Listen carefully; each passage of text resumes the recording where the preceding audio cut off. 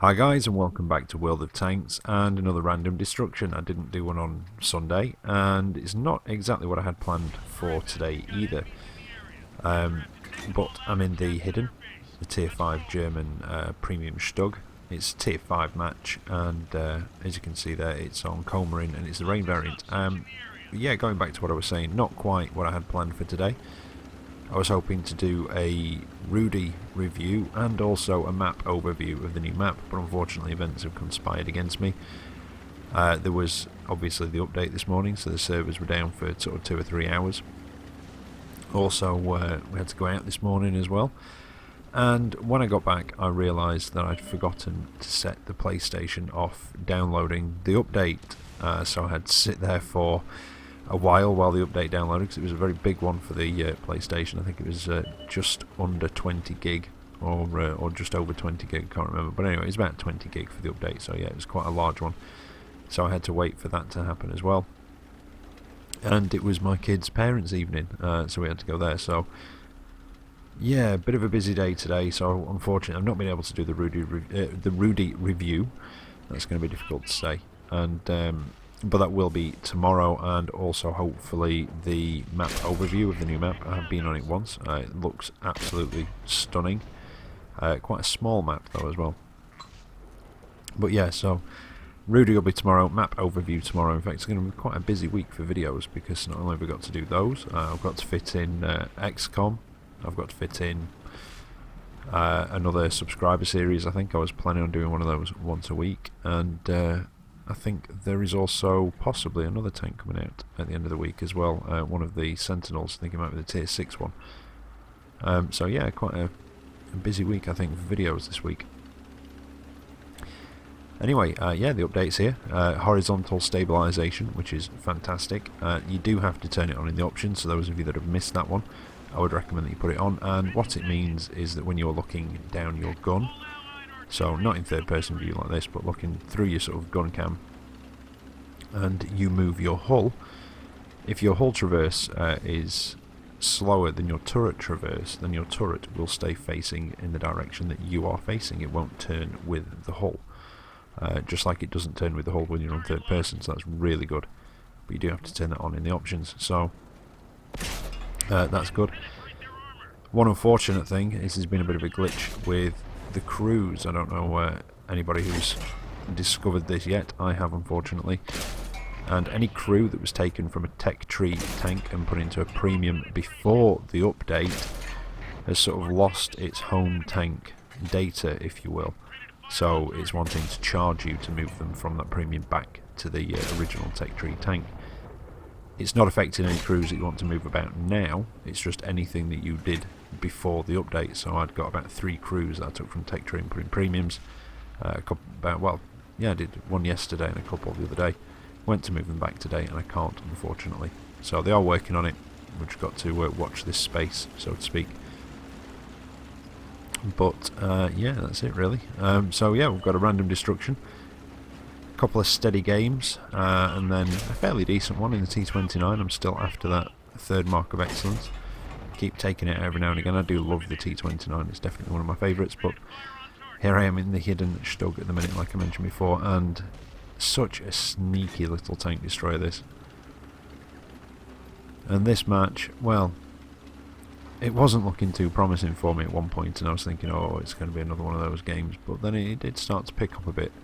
I took a very, very big risk against KV1. In fact, that's coming up in just a minute. It was, well, I'd kind of just lost all will to live, sort of, at this point, I think. I just got a bit fed up with the match. I've had a rough few days on this. I don't know what it is. I've just been off my game and just been struggling a bit for the last couple of days.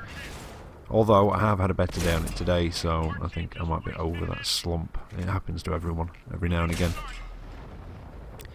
But as you can see there, yeah, I did take a huge, huge risk against that KV, and really, I should be dead by now. I really should.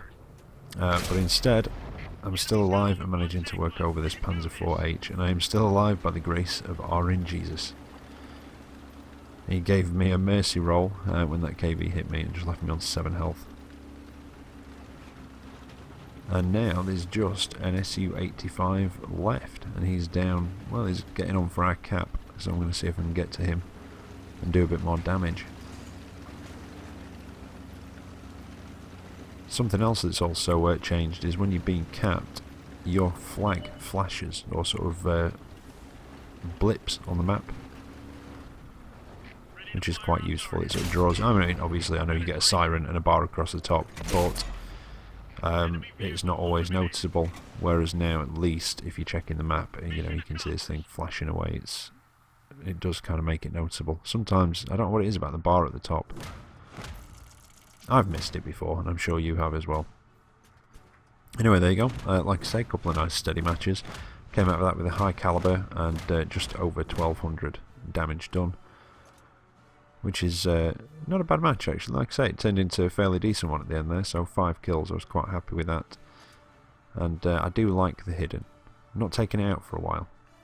It's just one of those tanks that I don't take it out very often, but when I do, I enjoy it. It's a very good fun tank, and like I say, very, very sneaky. And it's basically, like I say, I think a StuG 3G, but it's got the shorter 75mm, so it's 110 damage and pen. Anyway, here we are on the new map, Liberty Falls. I'm in the Zizka, the hero tank version of the Skoda T40, which is now, it's not in the tech tree, it's in the store, the T40. Not a particular fan of this tank myself. I'm not saying it's a bad tank, I don't know. I don't particularly like it. It is very much a glass cannon. It's sort of fairly quick in a straight line. It's got no armour to speak of really. I mean, I've had the odd lucky bounce, but it really was a lucky bounce. But it does have the long 88, so it's, you know, it's got a decent gun, about 8.69 rounds a minute, which is a great rate of fire. And I think 145 pen, 220 damage. But the tank is essentially, or it does feel like just a way of carting that gun around the battlefield, and it is very much a support tank. And this is the first time I've been in it, I think. Well, I reviewed it, I think I've been in it a couple more times since then, or just after that, and I've not really been in it since. I've not really touched the Czechoslovakian line, to be honest. I've got to tier 5 and just sort of stalled a bit and gone on with other grinds. I would like to go down the Czech line, but there's other stuff I really need to get finished off. I need, you know, I'm on tier 9 and a couple of lines. I really need to get those finished and get up to tier 10. So I thought I'd leave it and concentrate on those. But yeah, here's the new map anyway. Looks pretty nice, doesn't it? I do like it. I like the river in the middle. I like the waterfall. It looks really nice, you know, aesthetically pleasing, definitely. The urban areas, top and bottom of the map. The river dividing it with a sort of canyon. Well, I'll say canyon. It's got cliffs at some point, definitely. The waterfall side, there is a raised path. And you've got the bridge over on the right there, which is raised as well. So, like I say, we'll try and do a sort of flyover overview of this tomorrow. But for now, with this being the first time I've been on this map, I wasn't really sure where to go. I sort of hung back a bit at the beginning and just waited to see where people were going, where the enemy tanks might pop up, and just sort of planned my moves accordingly. Now, I did take a hit from something. I think it was that Rudy, but I'm not entirely sure. But I've basically come down into the middle, where it's smooth-sided hills either side, but you do have the cliffs at each end as well, sort of east and west. I've got KV1 looking down on me. I'll just take him out before he can do any damage to me. But yeah, I don't know, like I say, I'm just not a fan of this tank. I can see why some people might like it. It is, like I said before, a proper glass cannon. And it's straight. I mean, I like the CDC. I don't go in that very often, but I do like it. But then again, that is quite different to this as well, even though it is a glass cannon. It's a lot faster and feels a lot more mobile than this does.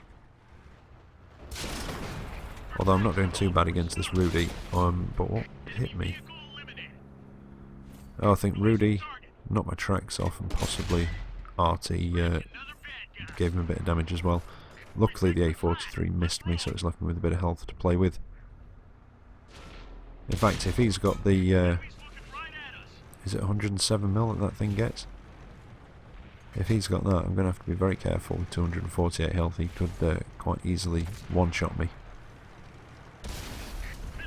Although, looking at him, it looks like he's got the shorter gun. So yeah, it looks like he possibly got the... I think you get an 85 mil on it. Maybe 57. Just missed the shot on the last RT, and that's it for the match. So again, a fairly steady match. I don't like it. Well, yeah, I don't know. I'm just not a particular fan of that tank. But isn't it weird how sometimes you can not like a tank, but you can actually, you know, do alright in it even though you don't like it? I came out of that one with a, well, just over 1,700 damage done, 4 kills, and managed to get to the top of the table on our team, but it was a tier 6 match, so I was top tier. And I don't think I've ever had a decent game in that where I wasn't top tier, to be honest. It's, I don't know, it's a very high skill tank. And I think we'll leave it at that. Anyway, got one more replay coming up for you, and like I said before, it is in the T29. I am after that 3rd mark of excellence, so I do keep taking this out every now and again and having a potter about. Tier 7 match, and it's on Corellia. And this is one of the few tanks that I've actually put my 1 year badge on as well. When you've when it hits your 1 year mark, you get, I think, 7 days of premium. Possibly, I don't know if I got anything else. No, I don't think I did. 7 days of premium, and then you play a match, and whenever you play a match in a tank, it will unlock the 1 year sort of emblem for you to put on it. And this is, like I say, this is one of the few that I've actually put it on. I think I put it on this, possibly my Type 59, and I think one other, but I can't think what it is now. Oh, it might be my captured KV1, possibly. I'll have to check next time in the garage. Now I'm going to head down.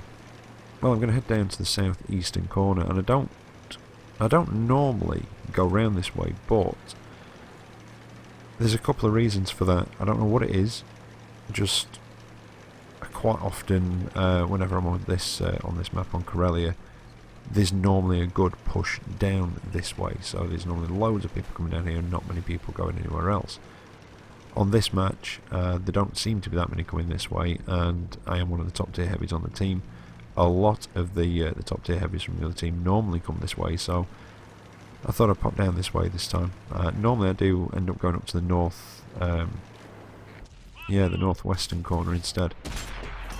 And I really did not expect to make that shot on the KV2 as he was pulling back there. It wasn't fully aimed, and I was quite surprised that they actually hit him, but it was a nice surprise.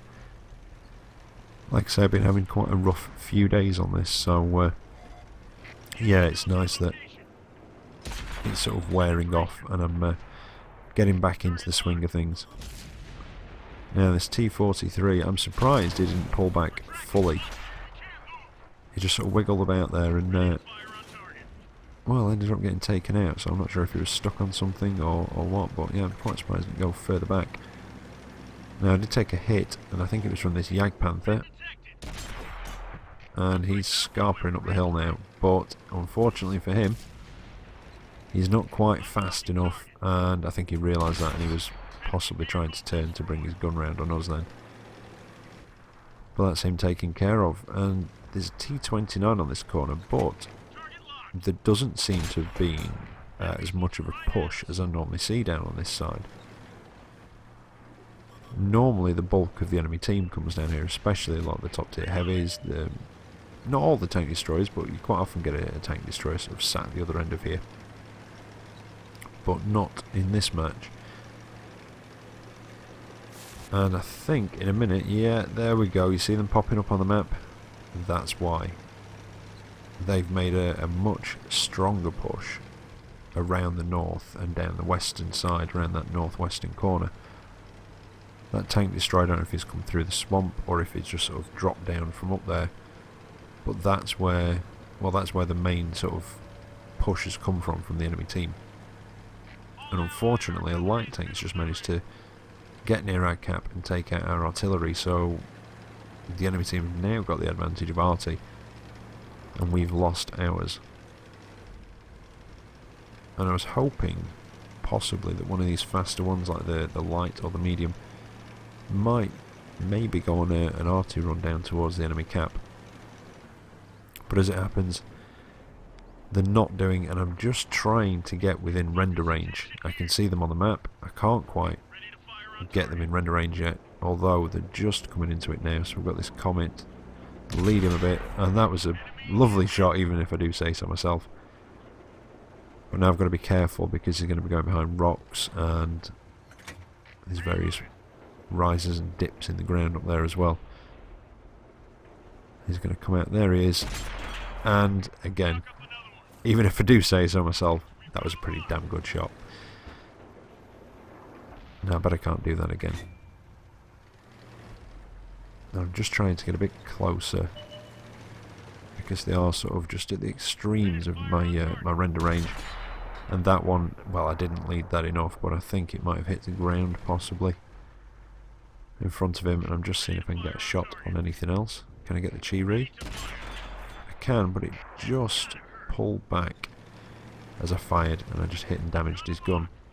Now the ELC, not quite fast enough on the reload. I don't think I'm going to get him now. I think he's using the ground to try and hide himself.